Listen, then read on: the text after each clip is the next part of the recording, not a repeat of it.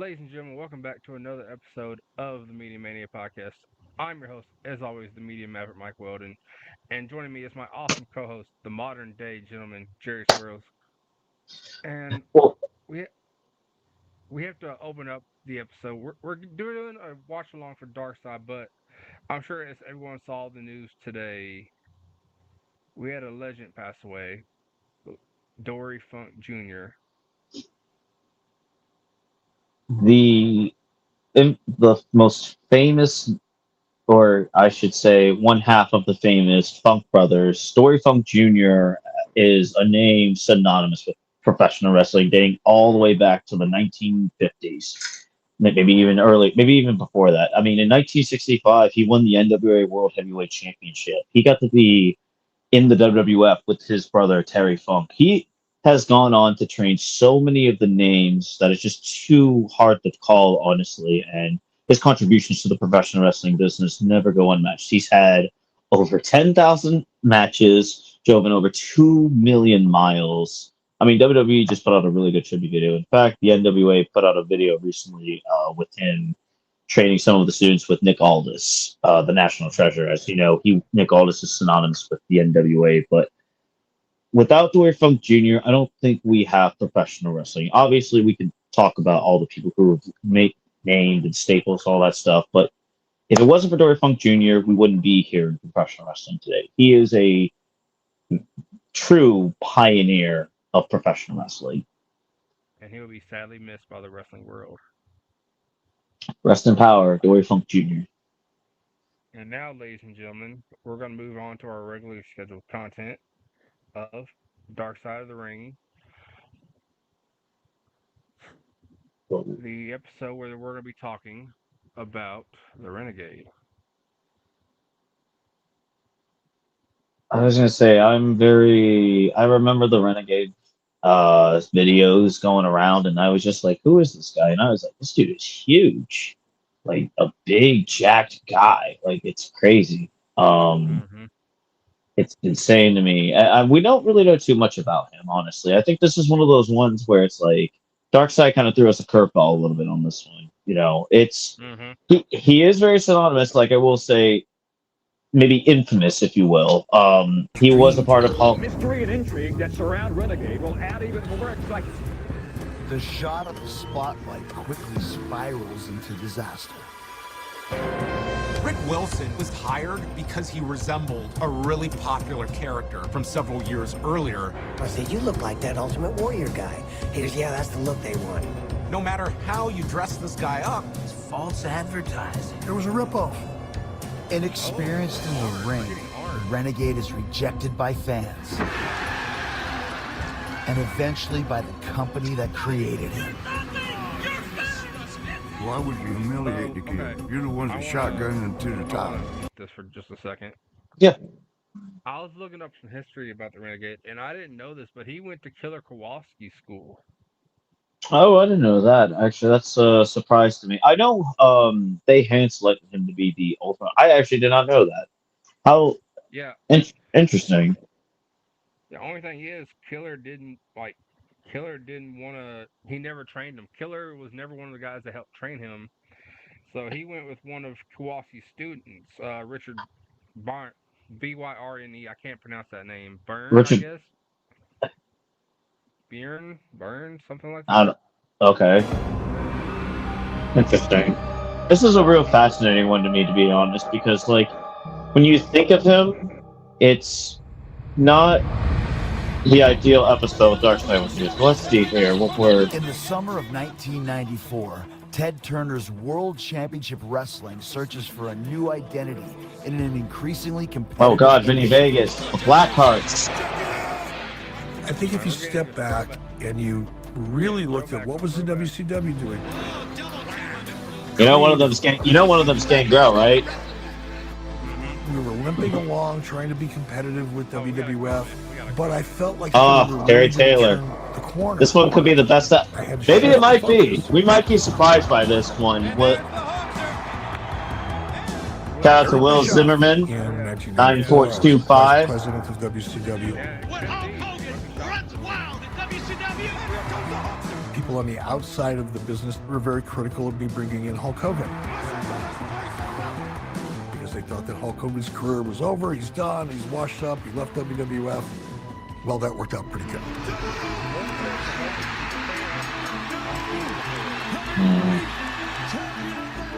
After the introduction of Hogan, all of the guys that you had grown up with in WWF Hold now on. starting to populate Who the is that? WCW screen. They signed Randy Savage and your John Tentas and Ed Leslie's. Everything from Hulk Hogan's past is now WCW's future. Everything that was old is now new again, brother. And people were just naturally thinking, of course, the Ultimate Warrior would make his way over here as well. Are you sure that's what people were thinking about? For a period of time was as popular a figure as the WWF had. Hey, what? Oh, yeah, no doubt about it. I mean, he was one of the most popular figures in professional wrestling. There's no question. All the way up to becoming WWF champion.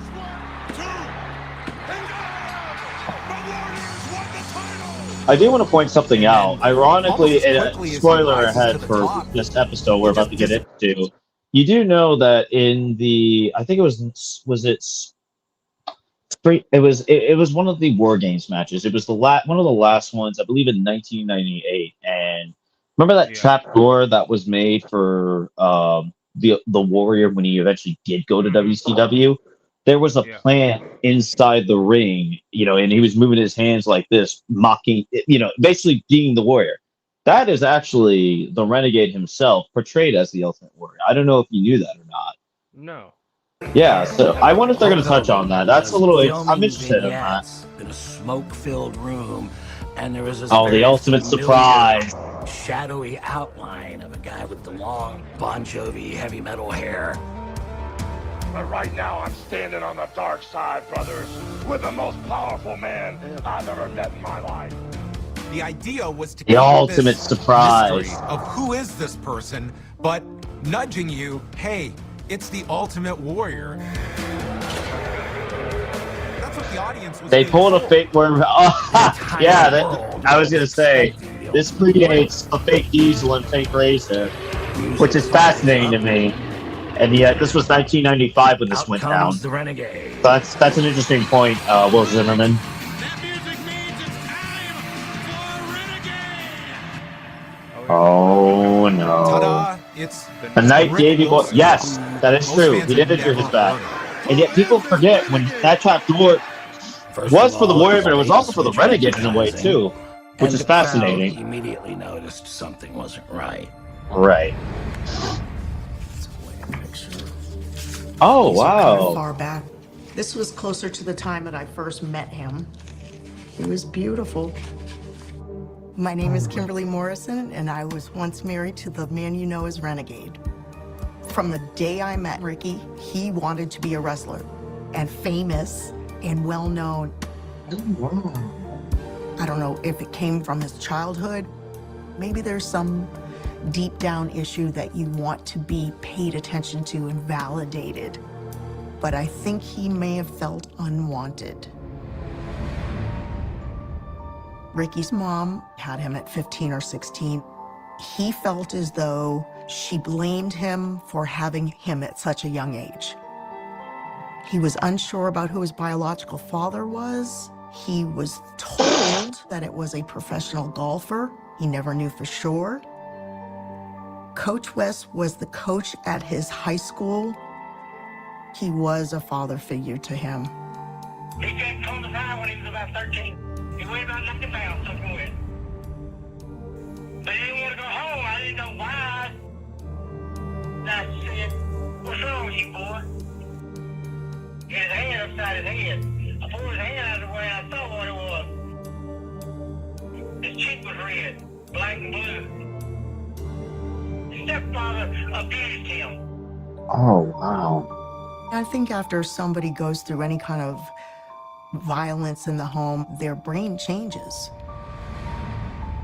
He was dirt at home, and that probably added to Ricky wanting to be big, be tall, be somebody, be important. Yeah, to not be a scrawny kid, yeah. Oh wow, that sucks, man. See, I had to mute this for a second and talk about this. Yeah, Yeah, it's like. that's a shame, man. I mean, we knew Hold not on, we got none. a comment. Hold on, we got a comment. Can y'all not talk anymore during the commentary? Thank you. It's a live stream, pal. Stripping. Everything had to be choreographed. All of us in tuxedos. We wanted to give the women a burlesque, classy show. One afternoon, out on the beach was this huge guy. 6'5", long hair, and his body was just so tight. And I said to myself, I gotta have that guy. All right, ladies, one more time. 6'4" and hung to the floor. Let's let it rock for Rio. Rio loved being a showman. From Will Zimmerman. He would do a warrior routine. And he had this big fur cape, big huge That's true. sword, and he'd go, "Here I am, rock you like a hurricane," and the place would erupt. Oh wow. He was very sexy. He was a very sexy. Now, I used to laugh and say he wasn't sexy at home. That's one thing he was. He was a totally different person at home. Really? He was a polite Southern gentleman. He was very thoughtful, and we got married on June 2nd, 1992. Oh, that's. But he had a lot of trust issues. I think he really had that abandonment wound in him. I was his place to come home to. While he was going on tour with Ultimate Fantasy, he got a journal and started writing to me. Hey Kim, wish I was with you. I can't believe how much I care about you. It really scares me. I'm hungry for my destiny, and I'm gonna make it happen. I hope you agree and want to stick it out with me. Dancing was just something that provided him an income to allow him to pay for wrestling school. And he would do anything to get into that world. Stepping into the ring, Wilson's ambition. Not a lot of people know this about wrestlers when they're first getting into the business. They work multiple jobs to make wrestling their main income. Like, a perfect example, I remember the story, Mickey James, she bust tables at restaurants while she was training for wrestling. So did Beth Phoenix, and so did a lot of others that have gone on into business. Yeah. I'm actually interested in this. Anything, just waiting on that big break. And I think he got So he was in Japan so many times. Interesting. So he came into Japan. His wrestling character was Rio, Lord of the Jungle. He would come out kind of screaming like the Ultimate Warrior. He didn't have any makeup on his face, but he had the strings around his arms. Interesting. We'd get little digs about that. A wannabe warrior. And that bothered him. But one time, I saw him wrestle where the Ultimate Warrior was there.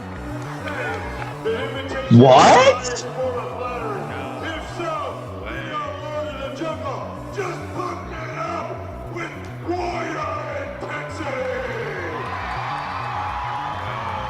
Rio was very excited about it. It was a pretty big deal. Wow. Word of Wilson's resemblance to the Ultimate Warrior reaches Hulk Hogan's on-screen manager Jimmy Hart, who sees an opportunity. Oftentimes, I had no people that idea are this in the was a creative side thing. of the business will go back to formulas or characters that have worked for them in the past. Because this I happened. knew that Hulk and If you could just mute it real quick for a sec, Mike. I do want to bring something up. I know we gotta let the story tell itself, but interestingly enough, the Ultimate Warrior would go on to sue Jim for. He would go on to sue him for his gimmick eventually in WCW. So that's kind of interesting. That's fascinating information. I would have never known that. Yeah. Huh. That's crazy. It's fascinating. He saw Rick's hair in the way he carried himself. And I think Jimmy, with a lot of support from Hulk, thought, wow, what if we kind of turned him into a Ultimate Warrior clone and recreate some of that magic?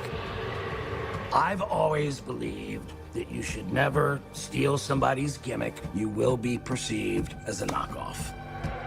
I think Rick Wilson would have played any character that they Rick. offered to him. It sure beats the alternative, which is just continuing to work independence. And you're gonna take a gamble, like maybe this thing will take off. Just a little while, brother.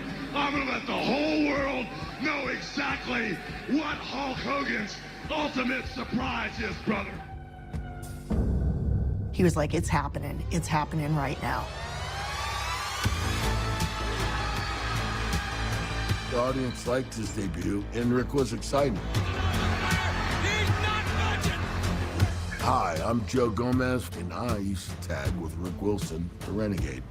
Oh. He had the big hair, and he came out acting really fired up. Face painted tassels, bright colors, like Warrior did. The man famous Renegade, what powerhouse he is! Fans bought into it. It's not surprising that Rick Wilson was picked out of a lineup to play this character. But at the end of the day, For real.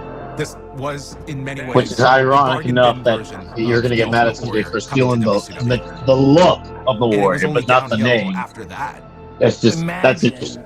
you've been brought in as Hulk Hogan's best friend. It's your life dream, is what you've always wanted to do. That's a great spot. But how many people would have the wisdom to realize they weren't ready for that spot? What you gonna do when Hogan and the ultimate surprise just for you? We're Well, 15 minutes in. talk about a lot to unpack with just knowing who Rick Wilson is, the man behind the Renegade. Yeah. Wow. Okay, and like you said, this man was literally working nights just to pay for wrestling school, like to do dancing. The ultimate fantasy was what paid the bills for it. And there's a lot of people that, believe it or not, have odd jobs. Mike Santana was a lawyer in while doing professional wrestling. John Cena, I mean, fuck, he was probably it just amazes me that there's so many people that did just Randy Orton. He worked at the gas station, on the graveyard shit. Josh Alexander, he worked a construction job. But what we're trying to get at is this: like, this man loved wrestling, and we knew nothing about what we could tell. And that's crazy. I never knew the Ultimate Warrior actually met Rick Wilson. I knew that that was always a rumor, and I can't believe that there's footage of this guy actually wrestling. I think that's for the broader audience, but people like us, specifically, like, that are just getting to know, like you specifically are getting to know him, and I've just heard the stories about the Renegade, seen video clips of him, and obviously I know there's going to be a lot of stuff to unpack with that. I mean, it's just fascinating to me. Warrior and Hogan always hated each other personally, so it makes sense to find a lookalike than pay the real guy. It's true. I mean, like, and also you got to think a couple years down the line, Hogan, the most infamous rematch between him and the Ultimate Warrior, would come later on, ironically, just so Hogan could allegedly get his win back from WrestleMania 6. Yeah. And I'm sitting here looking at the Renegade wrestling Wikipedia. Like, I'm looking at his Wikipedia. He won one title in his whole career. Like, even before. Yeah, the WCW television title. I do remember him winning that from Arn Anderson. And then in 1995, from the Wrestling Observer newsletter, he was rated the worst wrestler in 1995. Oh, and you're about to find out why. Trust me. Rick Wilson, the person, from what we can tell, he had a lot of heart and a lot of love to give professional wrestling. We have another comment. What's I don't this? understand how Renegade stole anything from Warrior. You might as well sue Sting and the Road Warriors too. Well, I don't think that's a good comparison. I don't think that's a good comparison because Sting was a whole like it depends on which version of Sting. If you're talking about Surfer Sting, maybe, but Crow Sting was that was all original. Like, yes, it was Like I heard like it was taken from the movie The Crow and all that, but it was nothing like the Ultimate Warrior. And then the Road Warriors, that was a totally different thing altogether. You also remember too, Sting and Warrior were the Blade Runners Yes, back in the day. So I mean, there was so you could have said that there were some similarities, but it's probably a reach. I mean, hell, all WWE ripped off the Road Warriors with the Legion, with Demolition, Axe and Smash, the Powers of Pain. They're another one. Well, it's a blatant thing, and I think with the Warrior, he is in that kind of in that category with the Renegade by a reach. I would say. I mean, I don't know if I don't think the lawsuit. I don't necessarily agree with it for sure, but I do gotta say, like, I don't know. I feel like we're just getting into the weeds of all this, and I feel like we're gonna go into detail about that lawsuit specifically. Didn't they have to call the Road Warriors Legion of Doom in WWF?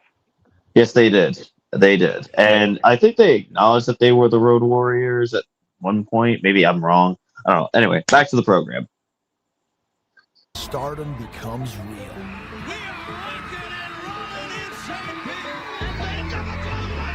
If you're up there with Hulk Hogan, you made it. Everybody wants to know all about the Renegade. To be respected and international, that's exactly what he wanted. Savage with the mysterious Renegade in their corner. I was happy as hell for him, I was like, good for you, man. I'm Marty Jannetty, formerly of the Rockers. I met Renegade when he first was getting into wrestling.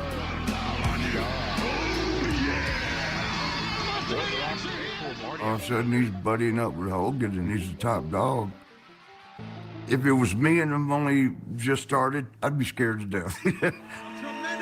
At the same time, the comfort in it would be, I'm protected. Can't nobody touch me.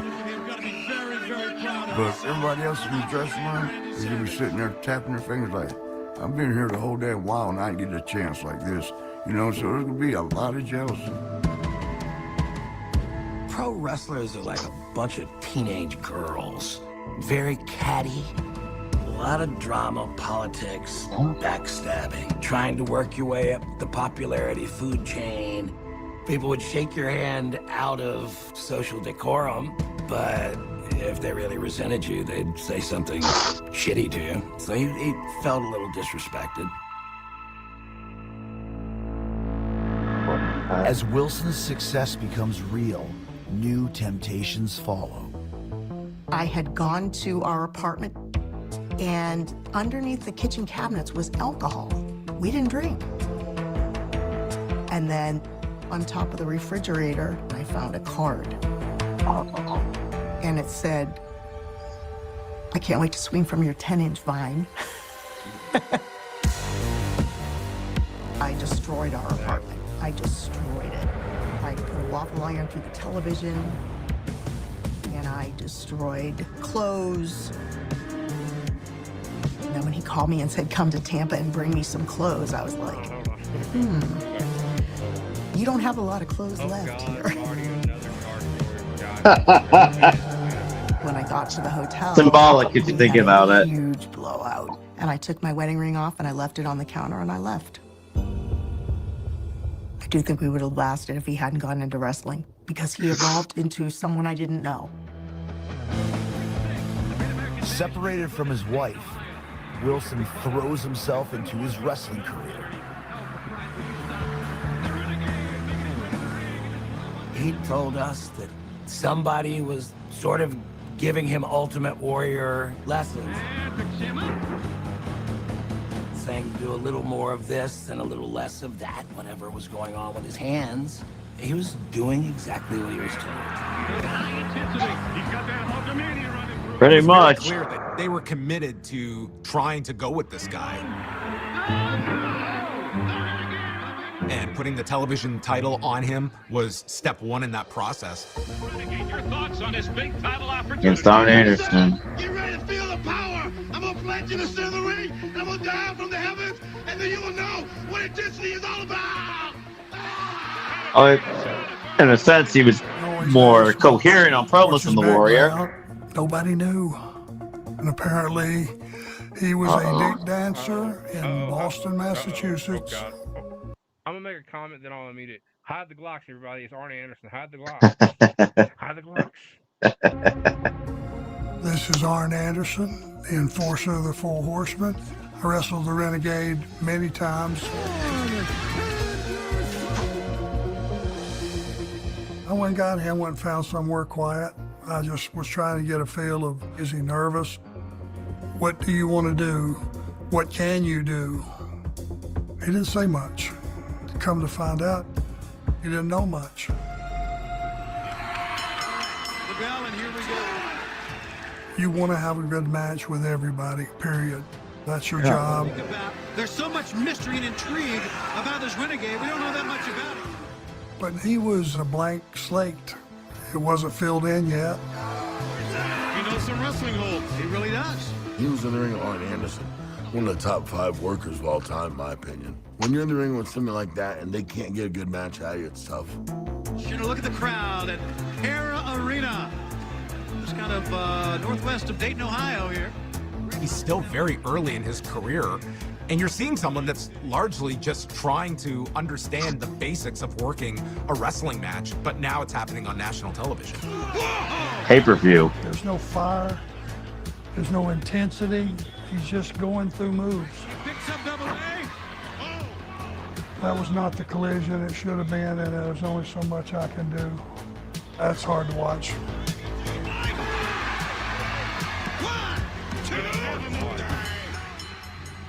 I gotta be honest with you, I've never been so glad for a match to be over in my life. The Renegade becomes the world television champion. Can you imagine this? That's basically the high point of the Renegade's run in WCW. So I get back to the curtain, who do I see? Someone I've respected my whole career, and who's a real badass, Paul Orndorff. Oh, Jesus, Arnie, that sucked. Yes, Paul, I'm aware of that. Jimmy Hart has programmed me to TOS terminate on sight. The next big show, in his first defense, Paul Orndorff against the Renegade. The match gets started quickly as anticipated, and Orndorff wastes no time. This was the Bash at the Beach event in 1995. Literally on the beach. Here's the Renegade, the babyface to save the day here on this sunny day on the beach. That drop kick. We didn't get him good. Did not. But one of the few memories of this show is Paul Orndorff delivering a pile driver to the Renegade. Drop him. The fact that the audience is cheering this, it's the worst case scenario for a babyface when the audience is metaphorically turning its back on you and backing the heel. Ladies and gentlemen, the winner of the match, and still World Television Champion. After Bash at the Beach, I think everyone knew that this Renegade character was not going to reach anywhere near the aspirations that WCW had when they brought him in. They're not standing his way because he hits the ring.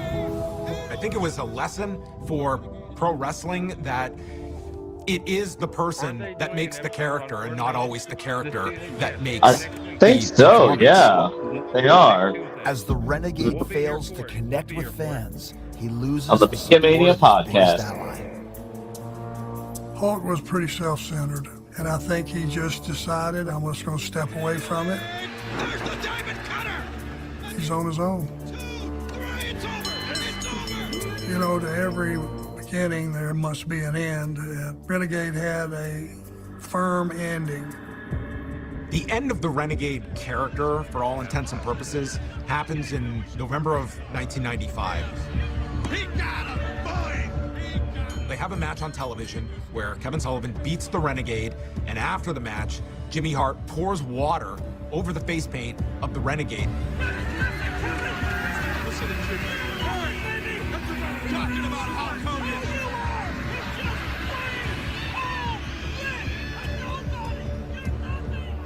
The symbolism of wiping that paint off was we gave you a shot and you failed us miserably.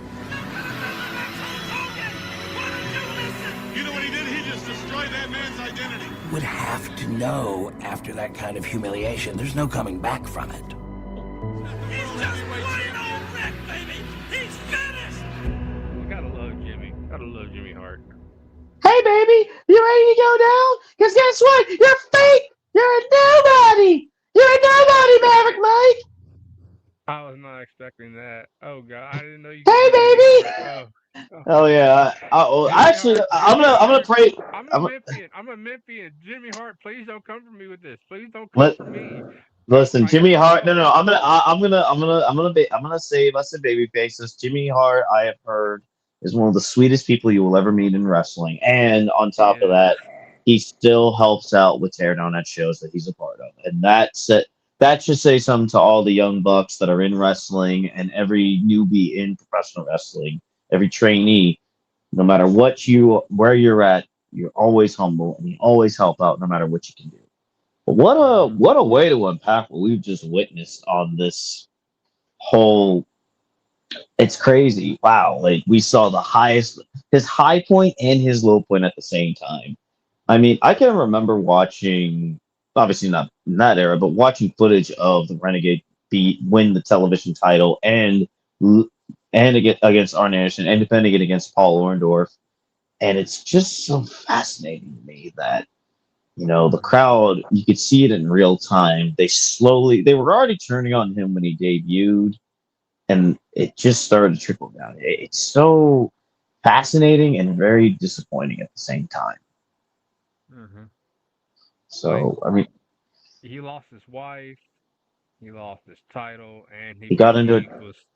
He was told, "We gave you an opportunity, and you ruined it miserably." I mean, Arn Anderson looks back at that match with total disdain. And, I mean, the fact that he developed an alcohol problem and this personality just developed, it can tell you literally the things in wrestling that I'm so glad, once again, that are gone, or at least better kept responsibly, I would say, in a sense. I mean, obviously, there are still, people that struggle with mental health in life in general, in professional wrestling. And this guy was given the ball, and you talk about it going straight to your head. So it's unbelievable. Mm-hmm. Now we're about to get back to the action, baby. Let's go, baby. Yeah. And his baked potato and beans. What? I don't even know. Yeah, baby. Give me the baked potato and beans. I brought it up. Story. I think I've heard. Why do I feel good?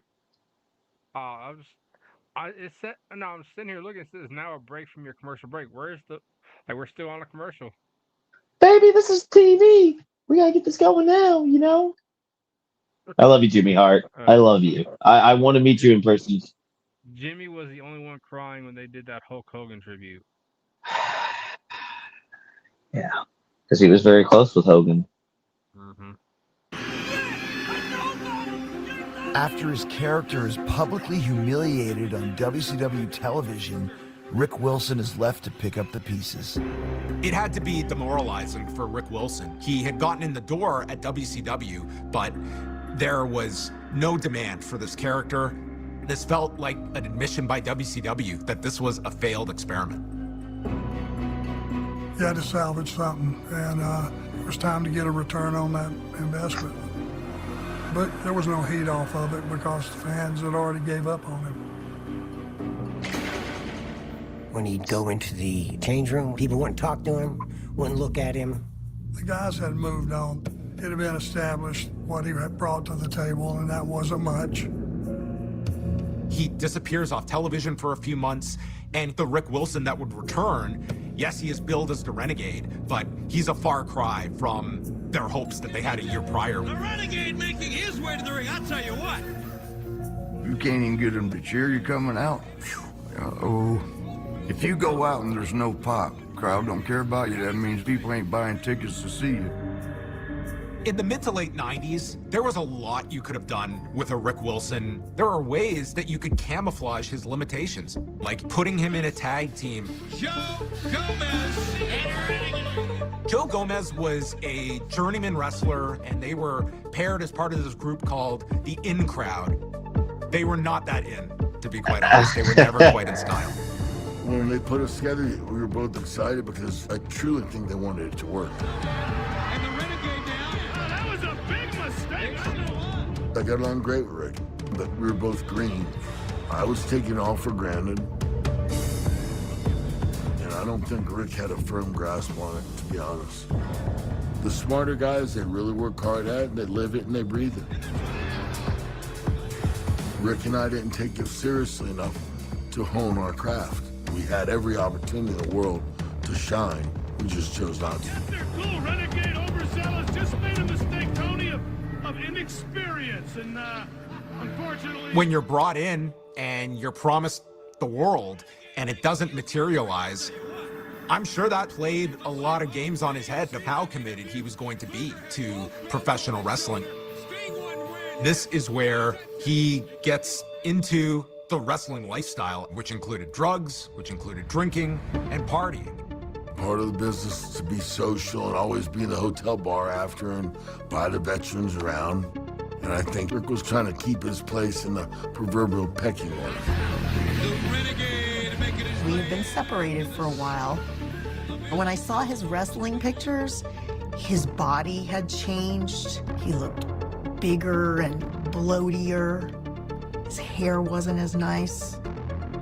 He came to visit me in Panama City one time. He had a big belly, had a bandana on covering up his lost hair, and he wanted to drink. And that blew my mind because Rio never did drugs, he never drank, never did squat. We did these damn things called purple hooters. And we did so many of them that when we were done doing the shot, we started building this wall. We had so many of those things. I didn't know my name, I was talking Russian, and I shit myself, I peed my bed, and it wasn't pretty. And he stayed and drank, and I never seen anybody could drink like that. I've never gotten... As the Renegade character falls further into... I speak for both of us. We've never gotten that drunk, I can assure you. If I drink that much and I start speaking Russian, I'm done. I'm cutting off right then and there. So glad my drinking days are behind me. WCW. It is combating what is a thriving World Wrestling Federation. And they're starting to lose market share. So WCW. You never know what Bischoff's going to do. Their instant answer? Go to the past. Oh, shit. Unmistakable. It's the Warrior. I remember that. I remember when the actual Warrior made his debut. I was not. Oh, shit. I remember, like, discovering YouTube for the first time, and I remember, like, always wanting to figure out what WCW was. Seeing the Ultimate Warrior in WCW at that age, I watched the self-destruction of the Ultimate Warrior DVD back in the day. Yeah. Seeing him in WCW was absurd to me because I don't think they talked about it. They just talked about his runs in WWF, excuse me.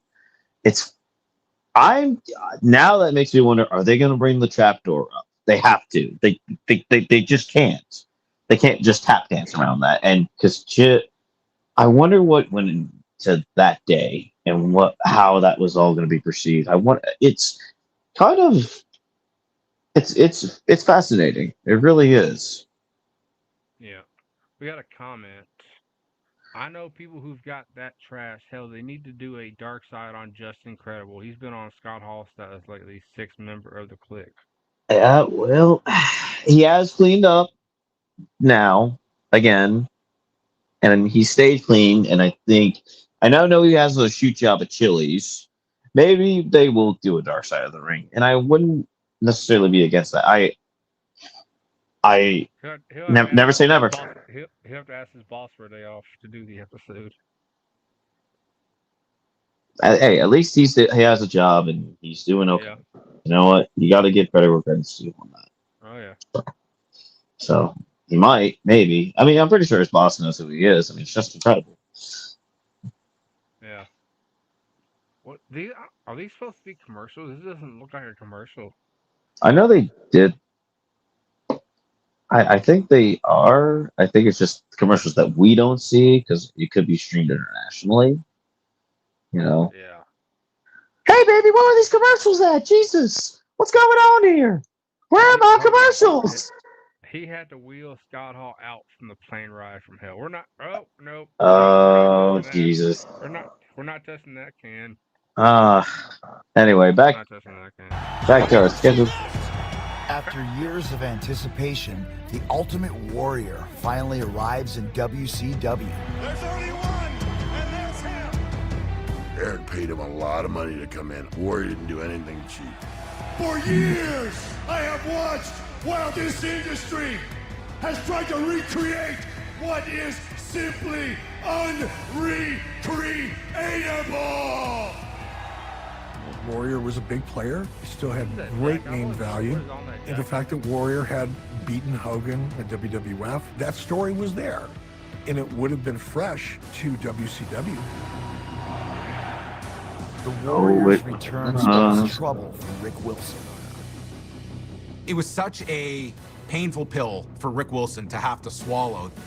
He is picked out to play this character of the Renegade. You failed under this role that we crafted for you as this knockoff version of the Ultimate Warrior, and then the actual Ultimate Warrior is finally coming to WCW, and you're going to be his body double. That's him. That's Rick Wilson. There's no warrior. We're going to build to the WrestleMania 6 rematch at that year's Halloween Havoc. Sends him into the ropes. A little crisscross going here. That's a disaster of a match, an all-time disaster. Oh, God. After all the hype that was built around the Ultimate Warrior, Hogan wins the match. it's over in 3 months. It turns out to be a much bigger financial disaster for the company than the Renegade was. In retrospect, Ricky wasn't really any worse of a wrestler than the Ultimate Warrior. Ricky was a much nicer guy by all accounts than the Ultimate Warrior too. The first time I really spoke to him was when he hitched a ride back to the hotel room. And Ricky said he would sit and drink some beer with me, and we just got to shooting the breeze. I would have thought that he was going to be a bitter know-it-all who had hung out with Hogan that would tell everybody to shut up because they didn't know what they were talking about. But he wasn't that way at all. He came off to me as a very genuine guy. We were sharing what it was like to kind of be thrown into a spot you weren't ready for, but how can you turn it down? He was a little bitter, kind of felt like he'd been misled a little. There was a lot of looking down at his feet and saying, this is just such bullshit, man. But where else are you gonna make that kind of money? And he just laughed at me and he said, do you know what I make? And I think he said something like $500 or $600. That was it? Every bad thing you see anybody do in wrestling comes down to the creative. Rick and I completely commiserated on that.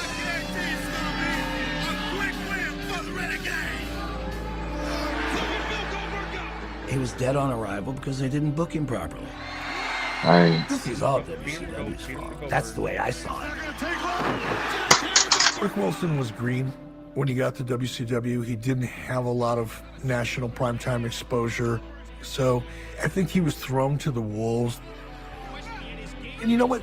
I shouldn't even blame that on Rick, because even if Rick would have done the best job possible with that Renegade character, I don't think the audience would have ever bought into it.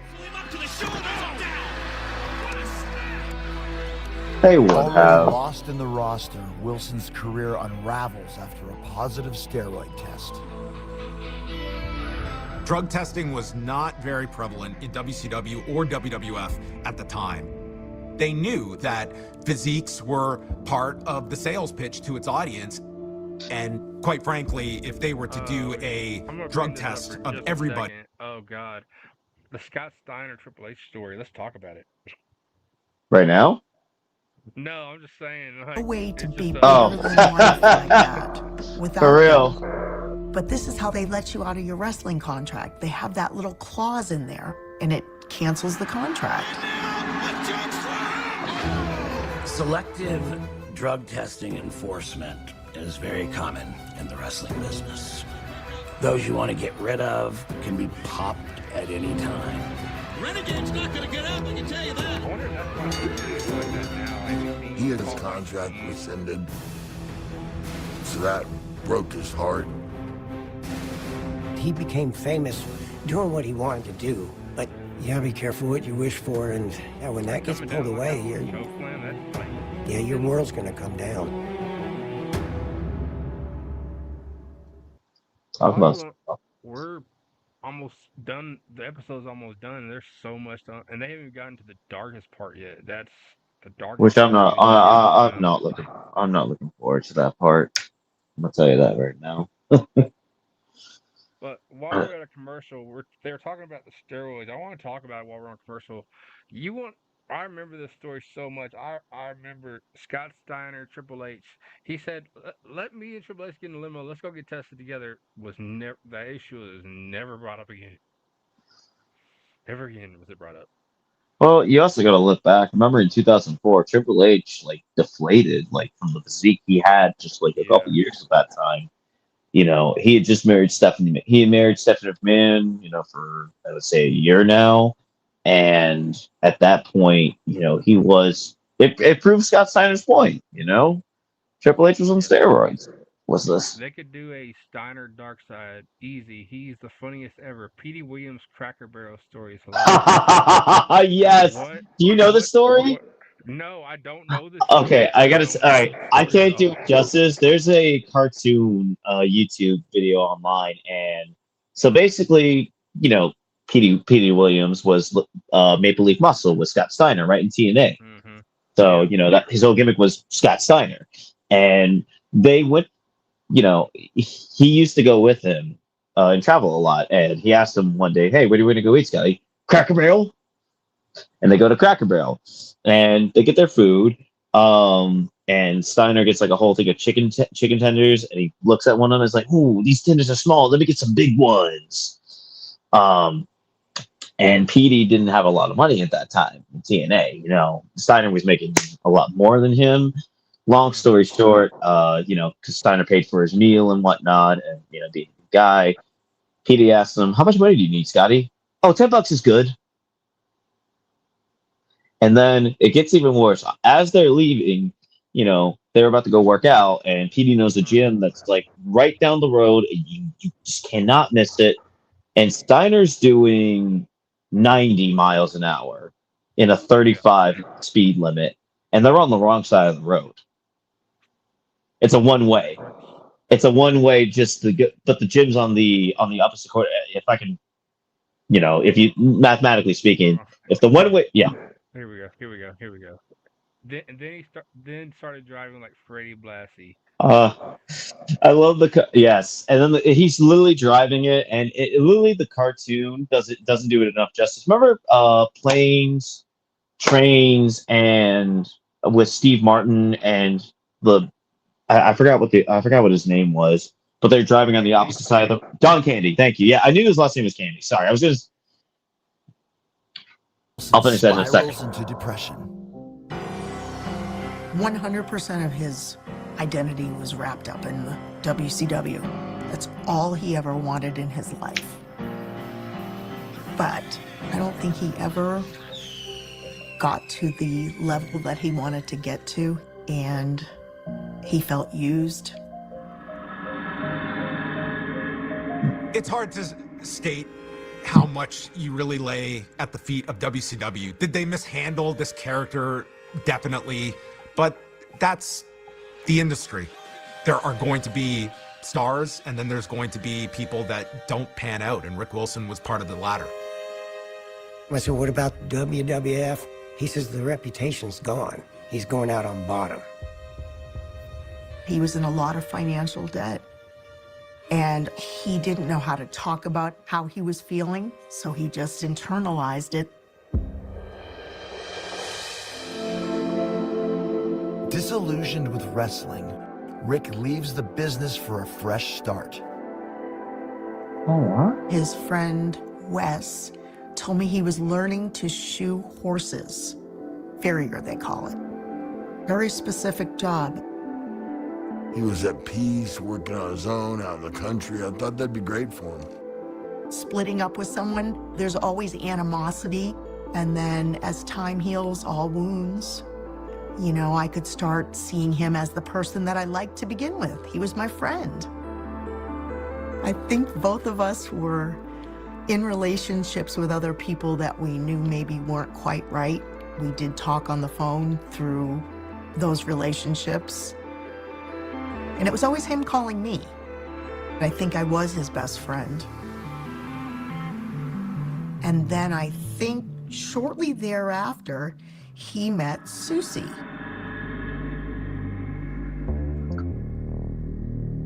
Huh. To contact Susie She was a stripper. One of the most beautiful women on the face of this earth. Susie worked at Gold Club in Atlanta, which was a tremendously popular gentleman's club. She's a life of the party kind of girl.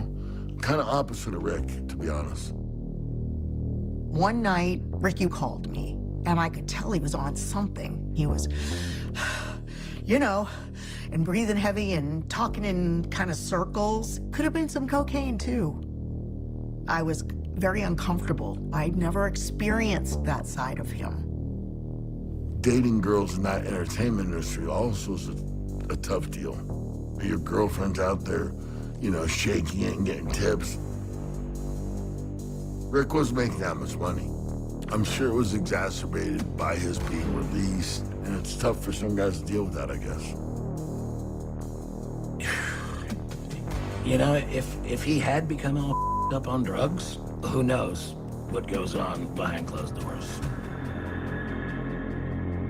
I didn't hear from him for quite a while. But then in '99, he called me. He was very back to his normal self, talking to me on the phone. He did mention he had broken up with his girlfriend. We were just talking about all kinds of things, about how we had split up. And I said to him, maybe you should come to Charlotte and see me. And he said, maybe I will. And I kind of thought, maybe we'll get back together. I went to work the next night, and a manager came to me and said, do you know a Rick Wilson? And I go, yes, I do. They said, there's a phone call for you upstairs. When I went up and picked up the phone, he said, this is Wes, Ricky's friend, and I just want to let you know that he died. I said, what happened, a car accident? He said, no, he took his own life.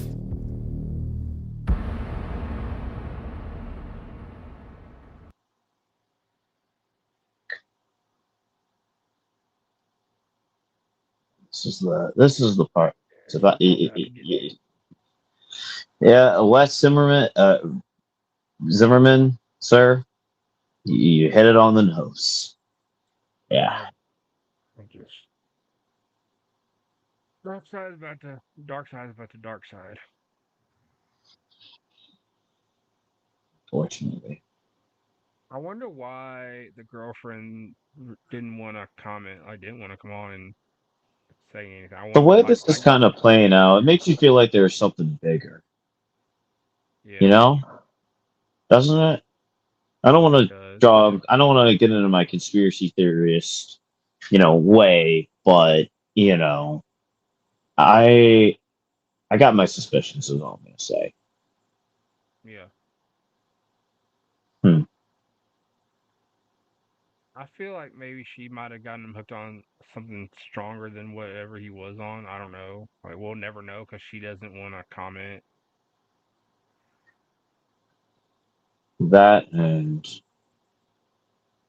there's a lot to unpack with what I think we're about to watch. So, yeah, I don't know. I'm sitting here like I was talking while we were live. I've been sitting here reading more information about the Renegade, Rick Wilson. like some of his accomplishments. Like one of the other things he was on was the Pro Wrestling Illustrated. He was in the top 500. He was number 245 in the PWI. Oh wow. I mean, yeah, that's a. I just feel like they could have named him the Renegade, but Like if they would have tried to make a Ultimate Warrior ripoff, they could have done something completely different. He was he was a He's big an reason why. exotic dancer. I mean, they couldn't have played off of that for crying out loud. I mean, they could have brought him in any other way, even if he looked remotely like the Ultimate Warrior. I kind of disagree with, you know, he And should. they put I him think on he would have TV. taken. They put him on TV with very little TV experience. Why not put him through the power plant during that time? You know, like that would have been better than where this guy's at. I mean, but how could you say no to a spot like that too? That's another tap dance spot. That's another tap dance around deal that many guys have to go through, and that's a shame. It's a real shame, honestly. Mm-hmm.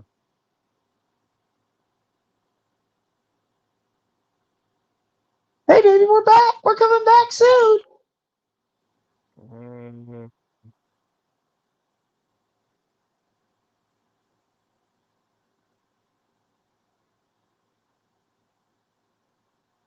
So I'm sitting here just trying to look up more facts Very good.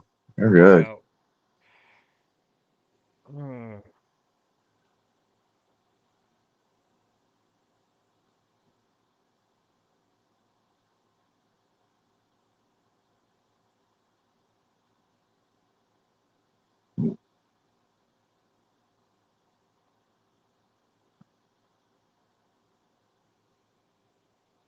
There's not much info. I want. February 23rd, 1999, police respond to Rick Wilson's home in Marietta, where he's found dead from a self-inflicted gunshot wound. What do you mean? Did she die not long after Shocking. his ex-wife passed away?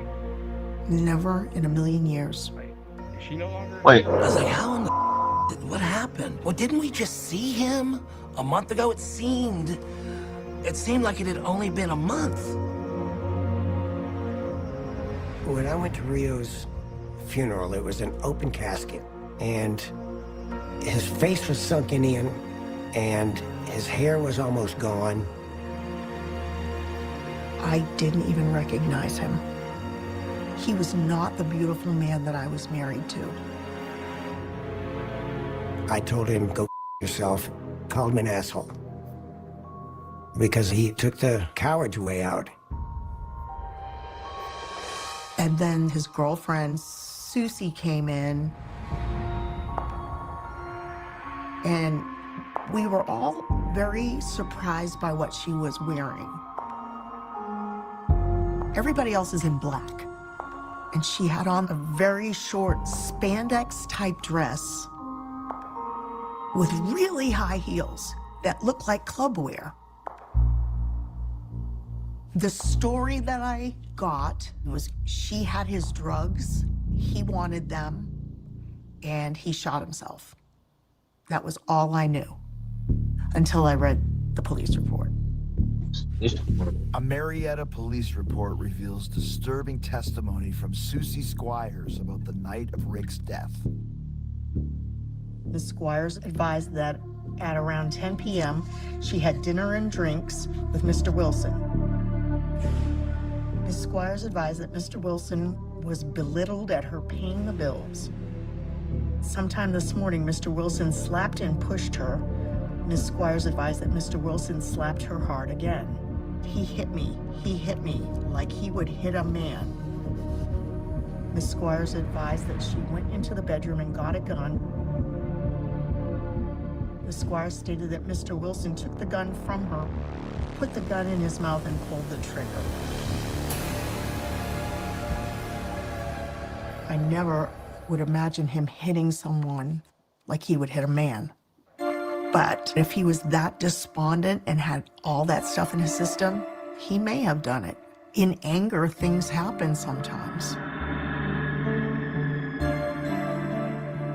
I think the real collateral damage that comes out of suicide is you don't have answers. You're left trying to explain the unexplainable. He is messing with a lot of drugs. He's abusive towards his girlfriend. When you put together all of these factors, here is somebody that was probably not in the right state of mind.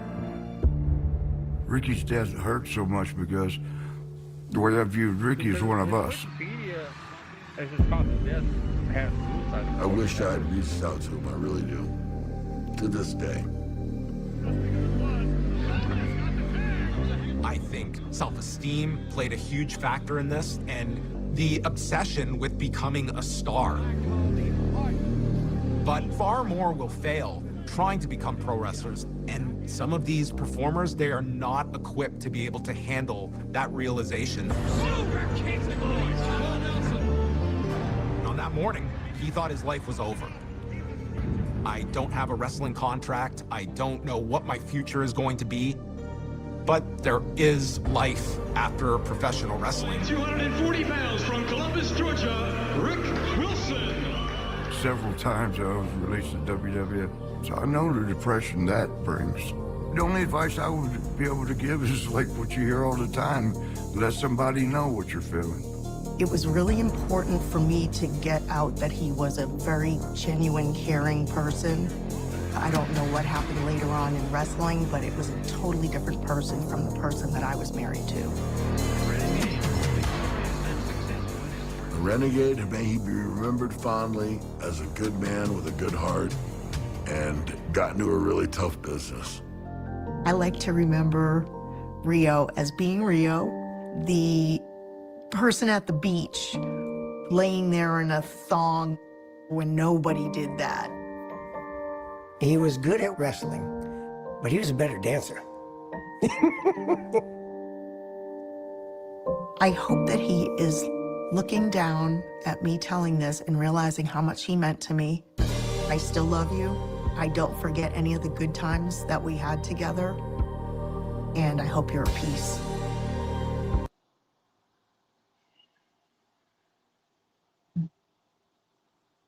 I got more questions than I do. If you or someone you know is struggling with with thoughts of suicide, there is help available. The 988 Suicide and Crisis Lifeline provides 24/7 free and confidential support for people in distress. Prevention and crisis resources for you or your loved ones. Call 988 and via online chat at 988lifeline.org. 100%. Even if it's anybody in your life, don't be afraid to reach out for help. No, There's always that going to be was somebody that very dark. Loaded and disturbing is probably the best way I would put this. There's got to be more, right?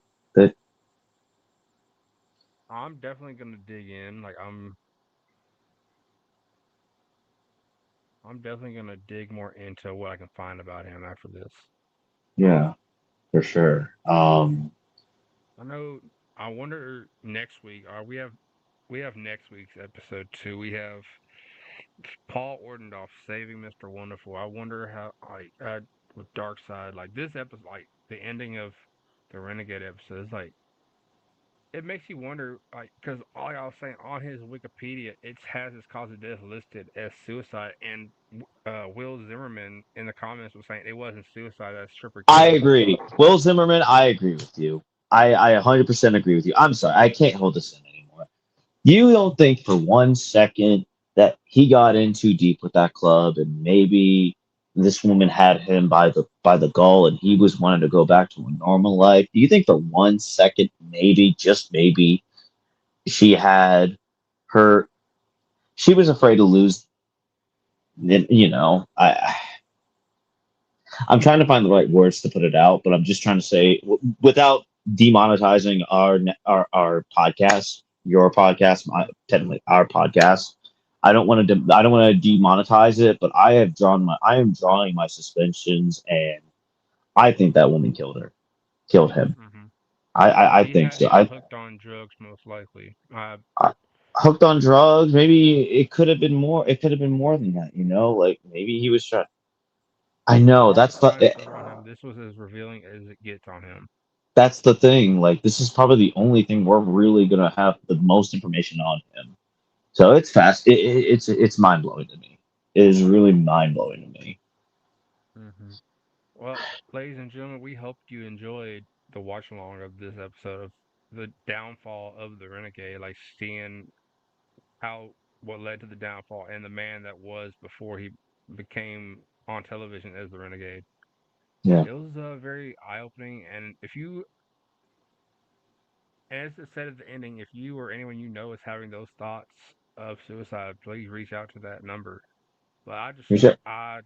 there's so much more. This leaves me wanting to know more about the Renegade. And ladies and gentlemen, if y'all are enjoying this Dark Side watch along, make sure you come back next week, because next week we're going to be doing the watch along for the episode on Paul Ordendorff, and I can't wait to see what Vice and Darkseid has in store for us next week. They have not missed yet this season with an episode. No, they haven't. They haven't. And this one was probably. This is probably the number. It's probably might be the new number one Dark Side I've watched. Maybe it might overtrump the New Jack episode, but I think this is one of the better ones I've seen by far. 100%. Yeah. Well, Probably. as always, ladies and gentlemen, if you liked the episode, make sure you drop the podcast a follow. Make sure you drop the podcast a follow on Instagram. Make sure you drop the Modern Day Gentleman Gerry Swirlz a follow on all his social media. And we'll be right back here next week, Tuesday at 9 p.m. Eastern Time for the Paul Ordendorff episode. And as always, ladies and gentlemen, make sure you catch us on the flip side.